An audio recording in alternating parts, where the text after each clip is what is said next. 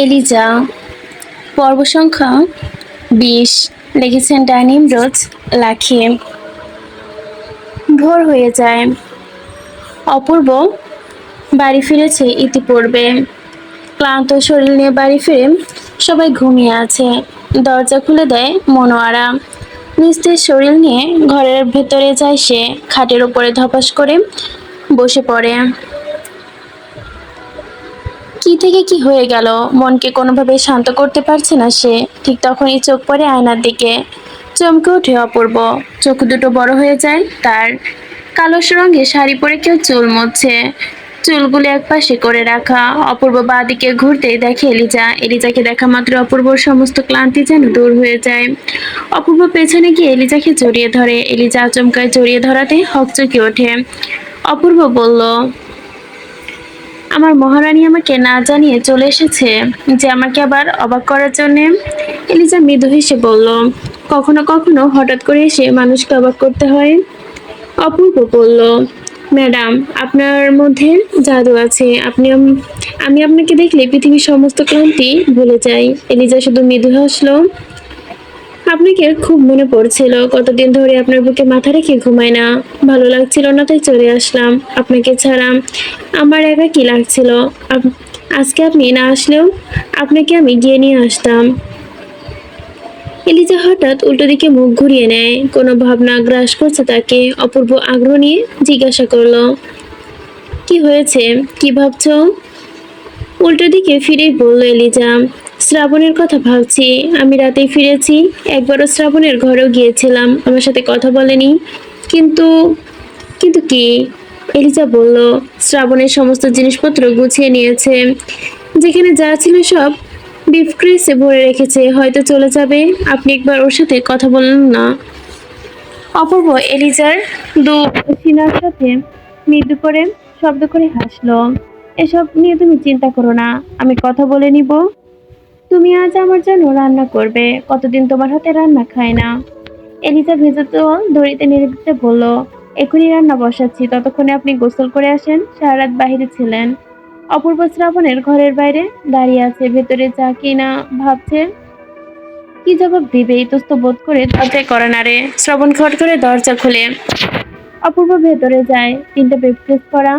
বুঝতে পেরেছে বিদেশে চলে যাওয়ার জন্য তৈরি। অপূর্ব গলায় কাশি দিয়ে বলল, কি চলে যাওয়ার জন্য প্রস্তুতি?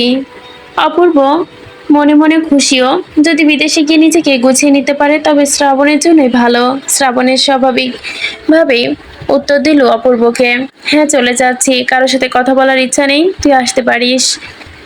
অপূর্ব কথা না বাড়িয়ে ঘর থেকে বেরিয়ে যায়। শ্রাবণ বিদেশে যাওয়ার জন্য ভিসা করতে গিয়েছে। দুদিন পরে ভিসা আসবে। শ্রাবণ মনস্থির করেছে তার আগে শেষবারের জন্য পাখির সাথে সে দেখা করবে।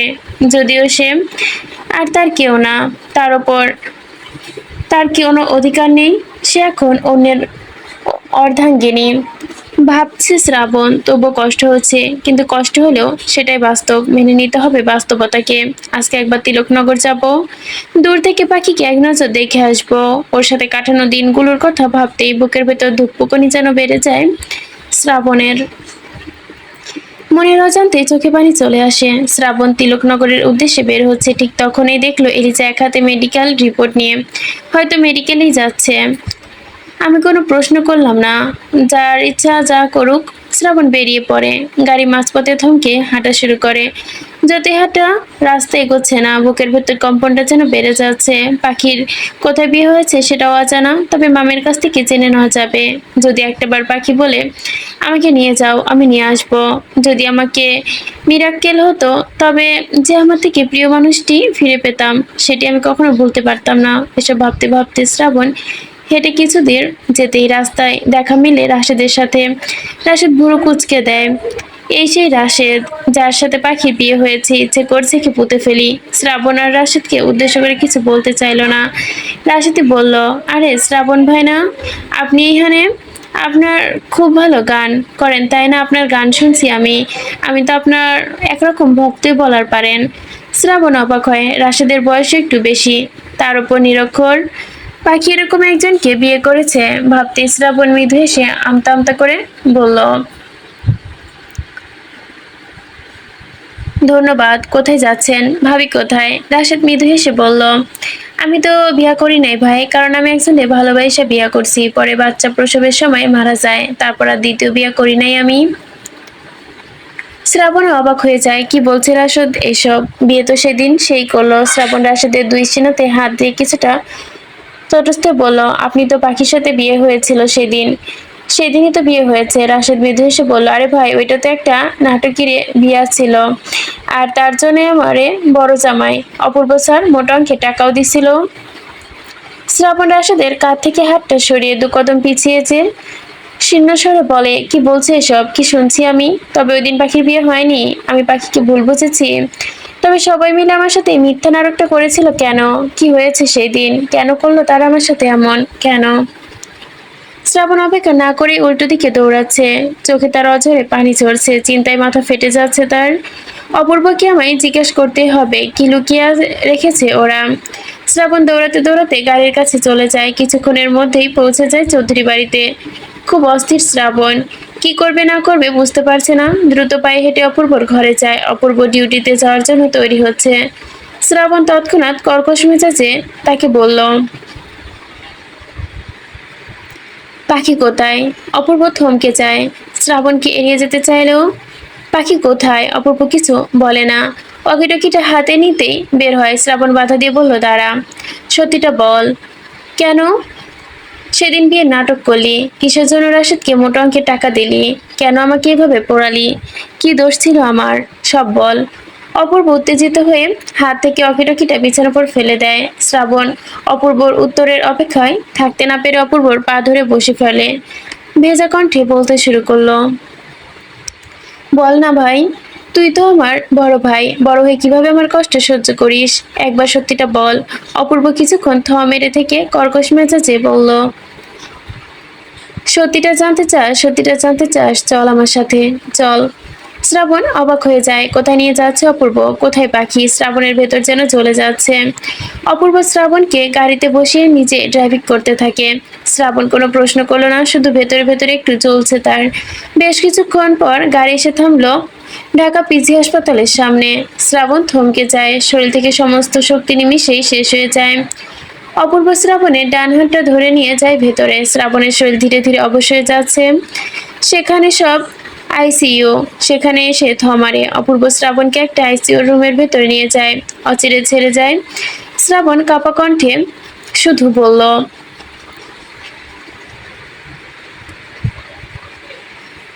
এখানে কেন নিয়ে এসেছিস ভাই? অপূর্ব শ্রাবণের দিকে তাকিয়ে বলল, পাখি কোথায় জানতে চাস না? ওই যে দেখ পাখি। আঙ্গুলের ইশারায় অপূর্বকে দেখিয়ে দিল। শ্রাবণ নিমিষেই শেষ হয়ে গেল, যেন হৃদয় স্পন্দন বন্ধ হয়ে গেছে তার, ভেতরটা দুমড়ে মুচড়ে যাচ্ছে।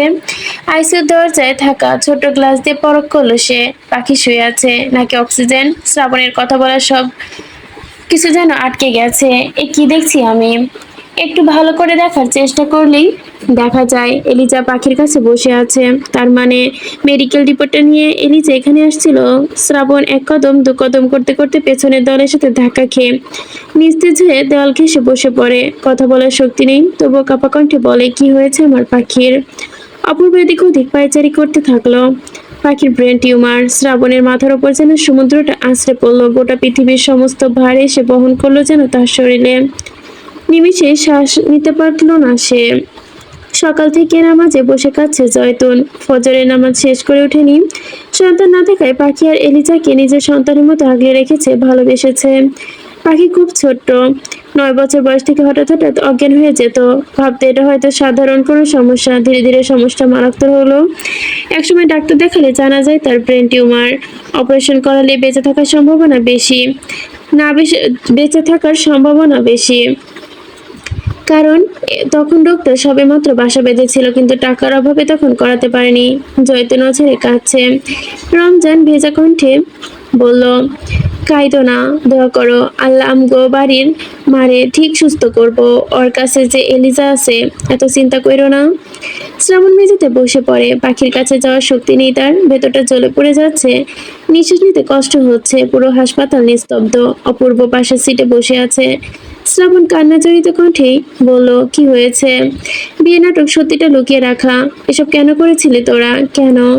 অপূর্ব ভারী একটা দীর্ঘশ্বাস ফেলে বলতে লাগলো, সেদিন তুই সবার সামনে পাখিকে বিয়ে করার প্রস্তাব দিয়েছিলি, আমরা সবাই খুব খুশি হয়েছিলাম, কারণ তোকে আমরা চিনি, জানি তুই কতটা মহান মনের মানুষ। এলিজাও খুব খুশি ছিল সেই দিন। একজন বিশ্বস্ত ছেলের হাতে পাখিকে তুলে দিতে পারলে শান্তি। সেই দিন রাতে তুই থাকাকালীনই মাম্মি রাজি হয়। তারপর দিন আমরা সেখান থেকে চলে আসি, সবকিছু ঠিক হয়েছিল সেই মুহূর্তে। অপূর্ব থেমে যায়, আবারও বলতে লাগে, এলিজা বলেছিল ওর এনজিওতে কাজের জন্য থেকে যাবে, আমি ওকে রেখে আসি। ঠিক তার 15 দিন পর এলিজা আমাকে চিঠি পাঠায় পাখির অসুস্থ হয়ে পড়াতে। আর তোকে যেন সেটা না জানাই আমি। আমি থানা থেকে যাওয়ার নাম করে তিলকনগর যাই, পাখি অজ্ঞান ছিল। আমি পুলিশ গাড়ি নিয়ে গিয়েছিলাম সেই দিন। পাখিকে দ্রুত হাসপাতালে নিয়ে আসা হয়। ডাক্তার চেক আপ করার পর জানায় পাখির ব্রেন টিউমার। ধীরে ধীরে রোগটা এখন তার অধীনে চলে চলে গেছে, অবস্থা খুবই খারাপ। যদি অপারেশন না করা হয় বাঁচানোর সম্ভাবনা 20%। পাখি জ্ঞান ফেরা মাত্রই শুধু তোকে খুঁজছিল। পাখির অবস্থা মোটামুটি ভালো ছিল। ডাক্তার বলল বাড়িতে নিয়ে যেতে পারেন। আমরা বাড়িতে নিয়ে যাই। এলিজা প্রচন্ড ভেঙে পড়েছিল, সাথে ওর মামা মামি। সবার ভেতরটা ভেঙে চলে যাচ্ছিল। আমি তোকে মিথ্যা বলে তিলকনগর থেকে নিয়ে গিয়েছিলাম, তাদের পাশে থাকাটা দরকার ছিল। সেই সময় তোদের বিয়ের তারিখ ঠিক হয়। পাখি খুব হতাশ ছিল। পাখি তোকে ওর জীবনে থেকে বেশি ভালোবাসে। ও চায়নি ওর এমন একটা জীবনে তোকে জড়াতে। পাখি সারাক্ষণ তোর কথাই ভাবতো, কি করছিস না করছিস, কেমন আছিস। সারাদিন শ্রাবণ শ্রাবণ বলেই মাতিয়ে রাখতো। পাখি তোর ভালোবাসাটা বুঝতে পারতো। ও বুঝতে পারতো তুই ওর জন্য কতটা দুর্বল। একদিন পাখি বলল, তোমাদের সাথে আমার কিছু কথা আছে। আমরা চিন্তিত হই কি বলবে। রাতে আমরা সবাই এক হই। পাখি তখন বলল, তোমরা কি আমাকে সত্যি ভালোবাসো? আমরা তখন অবাক হই, হ্যাঁ বলি। তখন পাখি ওর কাপা হাতটা আমাদের দিকে এগিয়ে দিয়ে বলল, আমাকে ছুঁয়ে কসম কাটো, আমি যা বলবো তাই করবে। আমরা ইতস্ত বোধ করি, তবু ওর হাতে হাত রেখে ওয়াদা করি। তখন পাখির পরিকল্পনা বলতে শুরু করলো, 14 ফেব্রুয়ারি আমার বিয়ে হবে, তবে শ্রাবণ নয়, অন্য কারোর সাথে। সত্যি বিয়ে নয়, নাটকীয় বিয়ে হবে, যাতে তুই পাখিকে ঘৃণা করিস এবং খুব দ্রুত তুই ওকে ভুলে যেতে পারিস। আমি ওর কথা মতো রাশেদকে ঠিক করি। রাশেদ ছোটখাটো নাট্যমঞ্চ অভিনেতা। কিছু টাকা দিয়ে ওকে রাজি করাই এই বিয়ে করার জন্য। এরপর ওর পরিকল্পনা মতে তোর চোখের সামনে ওর বিয়ে হয়। তবে তোর থেকে পাখির বেশি কষ্ট হচ্ছিল। তুই সেদিন ফিরে আসার পর পাখি আবার অজ্ঞান হয়ে যায়। আমরা আবারও হাসপাতালে নিয়ে আসি। আর তখন থেকে পাখি এভাবেই আছে। ডাক্তার জানায় ডিপ্রেশনে পাখির গ্রাস করে রেখেছে। তোর ভাবনায় আরো দুর্বল হয়ে গেছে। পাখি এখন হয়তো সুস্থ থাকতো যদি না তোর চিন্তায় থাকতো সে। পাখি চায়নি ওর ক্ষুদ্র জীবনে তোকে জড়াতে। ডাক্তার সময় দিয়েছে 6 মাসের আগে কিছু হতে পারে, অথবা তারপরেও। বলে অপূর্ব থেমে যায়। আমি কতটা বোকা, আমি আমার প্রিয় মানুষটিকে ভুল বুঝেছি। কতটা নিষ্ঠুর আমি। আমার প্রিয় মানুষ নির্বাচন করে আমি ভুল করিনি আমি। কথাগুলো বলতে লাগলে এখন শ্রাবণ। এসব ভাবতে ভাবতে শ্রাবণের চোখের পানি মুছে উঠে দাঁড়ায়। ধীরে ধীরে রুম থেকে বাহিরে বের হয়। এখন কেমন আছে? অপূর্ব কে বলল শ্রাবণ, খুব একটা ভালো নয়, তবে খুব খারাপও না। হতে পারে তোর উপস্থিতি স্পর্শ ভালোবাসার টানে মিরাকেল হতে পারে। তৎক্ষণাৎ উপস্থিত হয় একজন নার্স। উনি শ্রাবণকে ভেতরে যেতে বলল। আপনি যাবেন না? ভেতরে একজন উনি। বের হলে আপনি যাবেন। আচ্ছা, চেক আপ করে পরে জানাচ্ছি। এলিজা শ্রাবণকে দেখে বাহিরে বের হয়ে আসে। অপূর্বর সাথে চোখে চোখ মিলিয়ে কিছু বলল। অপূর্ব ভরসা সূচক ইঙ্গিত করলো। শ্রাবণ ধীরে ধীরে পাখির কাছে গেল। হাতে ক্যানোলা, সাথে অক্সিজেন। নিস্তেজ দেহ নিয়ে শুয়ে আছে সে। শ্রাবণ পাখির পাশে টুলে বসে। বুকের ভেতর তোলপাড় হচ্ছে। পাখির হাতের ওপর হাত রাখে। কান্না জড়িত ধীম কণ্ঠে বলতে শুরু করলো সে, পিচ্চি বেআইন, একবার চোখ খুলে দেখো। তোমার শ্রাবণ এসেছে, বদমাইশ শ্রাবণ এসেছে। তোমার শরীরে হাত দিয়েছে, তোমাকে পিচ্চি পিচ্চি বলছে। কিছু বলো না, ধমকাবে না আমাকে? তোমার না খুব তেজ পিচ্চি বেআইন? তাহলে এখন কেন কিছু বলছো না? তুমি না পিচ্চি নও? শ্রাবণ ফোপাতে থাকে, হাতের উল্টো দিক দিয়ে চোখ মুছতে থাকে। অপূর্ব এলিজা বাহির থেকে দেখছে। এলিজা অপূর্বর হাতটা শক্ত করে ধরে আছে। শ্রাবণ কাঁপা কণ্ঠে বলতে শুরু করে, ওই পিচ্ছি বেআইন, আমাকে একা করে দূরে যাইও না, সহ্য করতে পারবো না। এতদিন তোমায় ছাড়া থাকতে আমার ভীষণ কষ্ট হয়েছে, এবার অন্তত আমারে ছাইরা যাইও না। এই টান যে আমি ভুলবার পারবো না ও পিচ্ছি বেআইন। না, এরকম হইলে তো আমার আবার তুমি থাইকা যাবা, আমি চলে যাব, তখন তো তোমার কষ্ট হইব। তার চেয়ে ভালো আমার অর্ধেক আয়ু তোমার হইয়া যায়, দুইজনে মিলে একসাথে এক আকাশের নিচে তারা গুনবো, যতদিন সময় একলগে থাকবো। তারপর দিগন্ত নদীর স্রোতের মতো ভাইসা দুইজনেই শেষ হয়ে যাব। বলে শ্রাবণ নিচের দিকে তাকিয়ে চোখের পানি মুছতে লাগলো। ঠিক তখনই পাখির দিকে দেখে, পাখি চোখ মেলে তাকিয়ে আছে। শ্রাবণ পাখিকে দেখলো। পাখি শ্রাবণকে ভালোভাবে পরখ করলো। দাড়ি বড় বড়, চুলও বড় বড় হয়ে একাকার হয়ে গেছে।